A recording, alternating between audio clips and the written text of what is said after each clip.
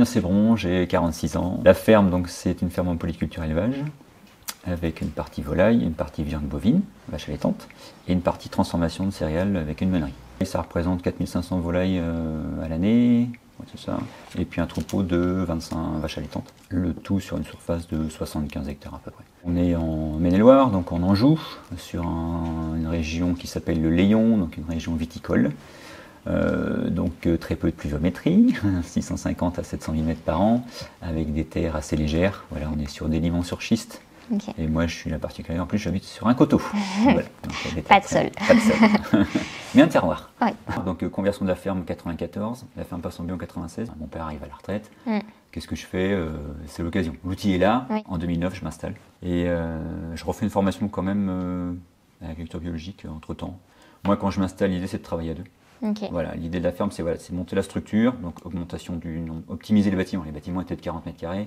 L'idée, c'était de monter à 400 volailles par, par bâtiment. L'idée, c'est de ça, c'est optimiser le système pour pouvoir travailler à deux temps plein. Pour ça, il faut on va fabriquer l'aliment à la ferme, donc trouver de la terre. C'est ce qui m'a mis du temps en fait avant de m'installer aussi, c'était trouver de la surface.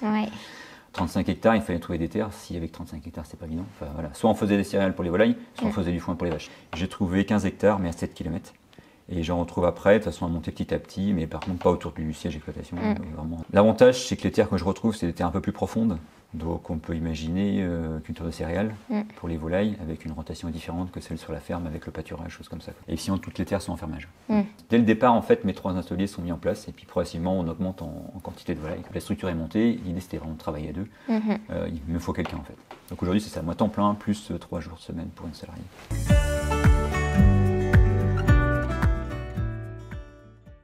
Alors, la FAF, elle a toujours existé sur la ferme. Elle était très simple au démarrage, dans le sens où j'avais juste une base triticale poids et on faisait faire un complément alimentaire à côté. Et donc on faisait que la fabrication de la finition. Voilà, il faut vraiment commencer par ça, c'est le plus simple à fabriquer.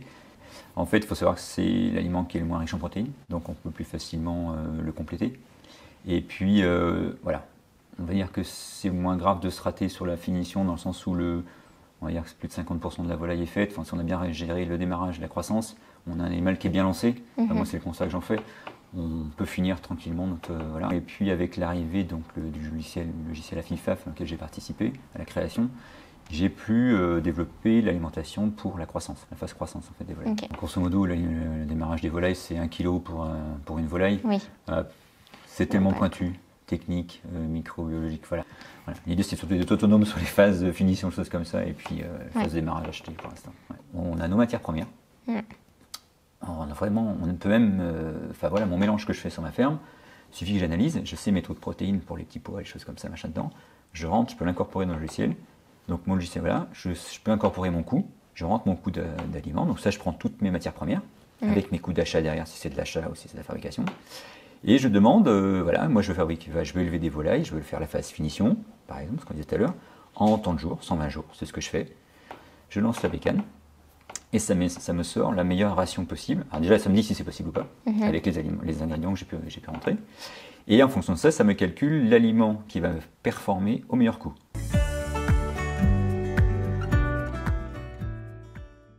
Il faut savoir que plus la palette est large d'ingrédients à mettre dans ma ration, plus c'est facile.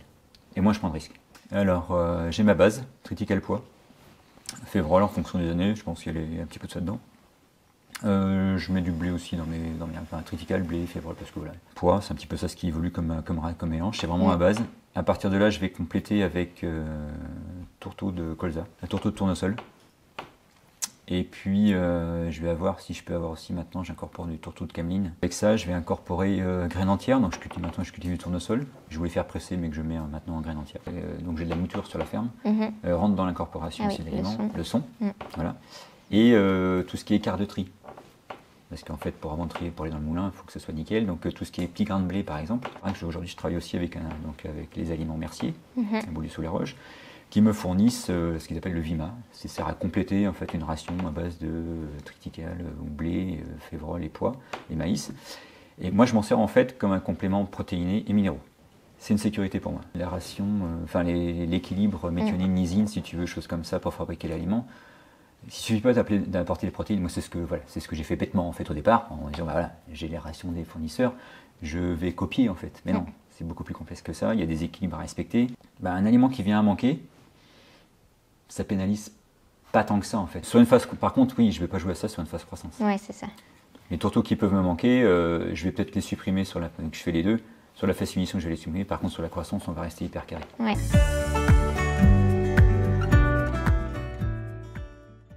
Aujourd'hui, je fais un comptage, voilà, D'accord. sans faire analyser. Voilà, on prend 100 grammes. Concrètement, on va compter grain par grain. C'est pas que des grains qu'on récolte, on récolte aussi des impuretés. Oui. Donc, quand je fabrique l'aliment, je suis conscient de ces impuretés. Je trie pas mes mélanges. Aujourd'hui, je ne suis pas équipé au niveau volume pour trier directement avant le stockage. Donc, en fait, je sais que mon mélange, quand il rentre, donc il est séché. Et après, il est ventilé. Et après, là, je fais un échantillonnage. Je compte mes grains de triticale, je compte mes grains de pois, je compte mes grains de févrole s'il y a, ou mes grains de blé. Enfin, ça rentre avec le triticale, j'inclus les deux. Et j'écarte aussi tout ce qui est impureté. Ce qui me permet de voir un petit peu mon ratio et me rendre compte en fait, de mon impureté. Son impureté, ça va être de la fibre, qui va venir en fait pénaliser et minorer en fait mon lot de. Et donc, ce mélange-là, pour continuer sur le mélange, dans Avifab, je vais pouvoir rentrer mon triticale avec un taux de protéines que je choisis, le pois, et la févrole avec quantité. Et donc ça va créer mon mélange de l'année. Alors aujourd'hui, donc comme je disais, 75 hectares, 35 hectares autour du siège d'exploitation. Après, j'ai récupéré sur la commune, donc pas très loin, à 3 km, des parcelles de fond sur un îlot de 20 hectares. J'ai récupéré ça, et c'est vrai que là, c'est des terres de fond, donc là, je peux cultiver les céréales. Et ce qui m'a permis aussi de cultiver des céréales de printemps. Donc améliorer ma rotation, notamment pour l'enherbement, enfin le salissement des parcelles. J'étais vraiment sur une culture d'hiver en fait au départ, avec ma base, triticale pois pour mes volailles. C'était vraiment ça, facile, ça fait de la paille aussi pour les bovins, pour les volailles. Et puis aujourd'hui, je diversifie, j'ai commencé par le tournesol. Parce que voilà, je me suis rendu compte que je peux le valoriser même directement en graines entières dans ma ration. J'ai commencé sorgho cette année. Voilà, j'ai fait cameline également. Il faut jongler avec l'aspect agronomique. Agronomie des choses dans le sens où il me faut une rotation qui tienne la route aussi bien pour les teneurs du sol, aussi bien pour le salissement des cultures, et puis qui colle avec ce que j'ai envie de trouver au niveau volaille. Et puis c'est pareil, le contexte évolue. J'ai eu de la facilité à trouver des tourteaux pendant un premier temps. Aujourd'hui, c'est de plus en plus difficile de trouver des tourteaux pas trop chers. Et puis, je suis à peine autonome. Voilà, c'est toujours la question, avec les années en plus qu'on passe, qui sont un petit peu tordues, même avec l'évolution du climat. Les prairies sont de moins en moins. Passé l'été, en fait, les prairies ne redémarrent pas. Donc je me dis comment on fait pour les animaux? Est-ce que je fais plus de foin? Est-ce que je fais moins pour les céréales? Voilà. Le questionnement, il évolue tout le temps, quoi. Enfin, je veux nourrir mes volailles avec ce qui pousse autour de la ferme. Donc je veux trouver des tourteaux locaux.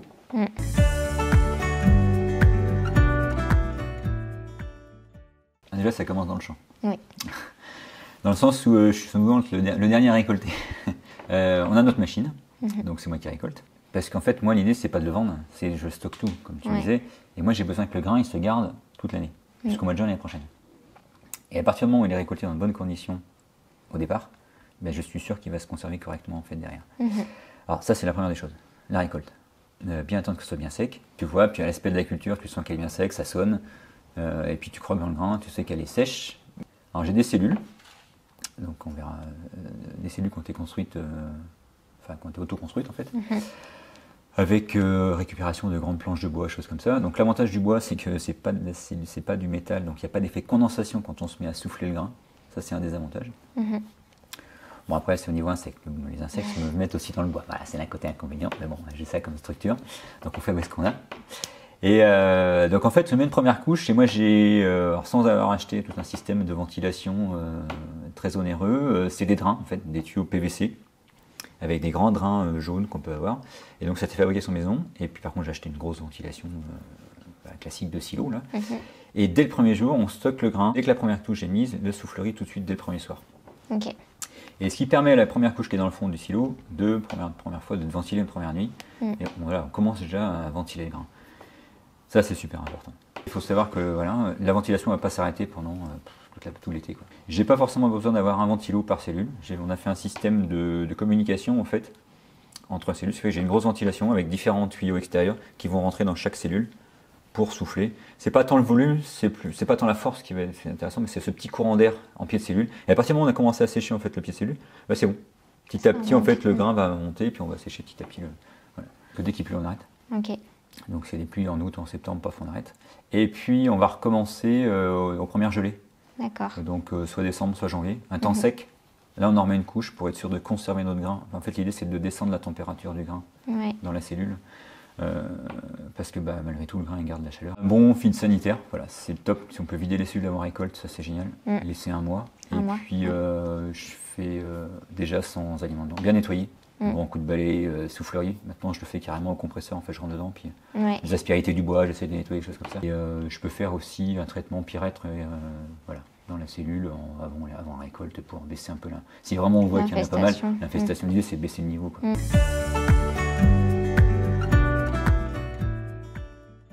Alors l'alimentation à la ferme, comment ça fonctionne aujourd'hui? J'ai broyeur, mélangeuse, et puis j'ai fait installer depuis 2012 une chaîne d'alimentation automatique qui va directement dans les bâtiments. Ok. Et tout ça pour limiter la charge de travail. Parce que j'ai vraiment le broyeur, voilà, on verra sur les images, mais j'ai vraiment le bac du broyeur qui prend, et puis après la mélangeuse où je peux encore incorporer, j'incorpore donc du grit, enfin des coquillettes, choses comme ça, entiers, du gros sel. Et donc là, je peux mettre ce qui m'intéresse. Donc là, si je vois que c'est trop juste, on incorpore un seau. Donc il faut savoir que je suis en bâtiment tout tenant. Donc je peux accéder à mes bâtiments tout à l'abri, choses comme ça. Donc j'installe une vis, j'investis dans une vis sans fin qui va distribuer 3 silos devant mes 3 bâtiments qui sont concomitants. Et après, de ces silos, encore une autre vis qui alimente mes mangeoires dans chaque bâtiment. Okay. Donc ce qui fait qu'aujourd'hui, je ne transporte plus aucun aliment. D'accord. Il y a juste la partie fabrication où je suis encore à la main. Après, c'est vrai que je mélange, mais j'envoie ça dans une vis qui renvoie dans des silos, qui après tombe petit à petit. La distribution est automatique, il y a des capteurs. Okay. Alors je peux la couper si besoin.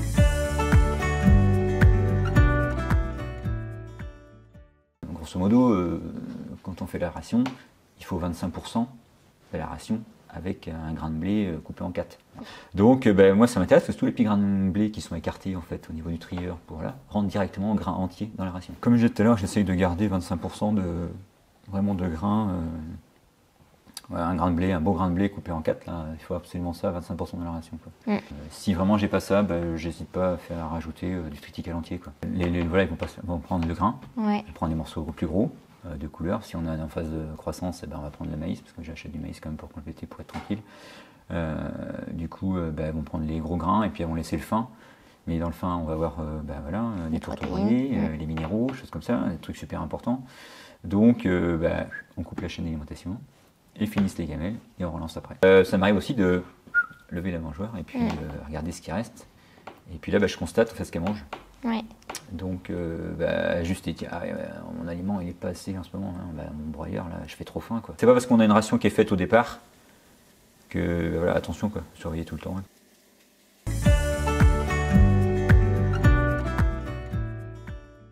Alors maintenant, je le fais instinctivement, l'observation. J'ai appris à le faire. Et puis aussi, observation dans les mangeoires. Ouais, de ce qui reste. Sur ce qui reste. Et puis, faire vider les mangeoires. Et puis aussi, regarder les litières. Moi, je paille tous les jours. Moi, j'ai envie que mes volailles soient sur la paille fraîche tous les jours. Et une autre observation, c'est que les volailles, quand on paille, elles sont contentes, on l'entend, ça recoule. Et puis, tout de suite, elles vont chercher dans la litière. Ça a les plumes, notamment sur les pintades en croissance. Hop, il y a une aile qui commence à baisser un peu. Voilà, petit caran, choses comme ça. Alors, j'incorpore un petit peu de minéraux en plus, choses comme ça. Je sais qu'il y a une période où il faudrait de la vitamine C un peu plus. Voilà. Okay. Sur l'alimentation, c'est vraiment les fientes. Voilà, observation des fientes. Savoir si elles sont bien formées, si c'est pas liquide.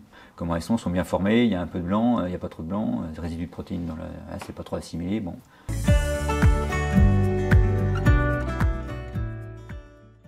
Alors, du fait des capacités des silos devant chaque bâtiment, je ne fabrique pas tous les jours. Okay. Voilà. Je vais fabriquer au type d'aliment. Je fabrique par lot. C'est-à-dire que mes différents lots ne sont pas forcément au même stade de croissance, la croissance ou finition. Et en général, je fabrique donc au 100 kg. L'idéal, c'est d'avoir tout sous la main avant de lancer les machines. Et puis, on peut se dire qu'à un quart d'heure, j'ai fait mes 100 kg d'aliments. Grosso modo, on va fabriquer les 2 à 3 fois par semaine. La chaîne d'alimentation, installée en 2012, TTC 12 000 €. Et puis mélangeuse et puis broyeur, donc ça j'ai acheté ça ensemble, d'occasion, pour 2500 € Mm. avec le moteur du broyeur neuf. Et puis après, au niveau coût, le reste, bah, une vis de 6 mètres, il y en a pour moins de 1000 €. Presque Les ventilateurs achetés neufs, Mm, mm. pour un coût d'une centaine d'euros, je pense, de drainage. Au pied, on peut avoir quelque chose de... Ça paraît un coût au départ, mais c'est quand même un confort investissement, ouais. de pratique. Mais ouais, de fabrication, de temps de travail et de fatigue humaine, quoi.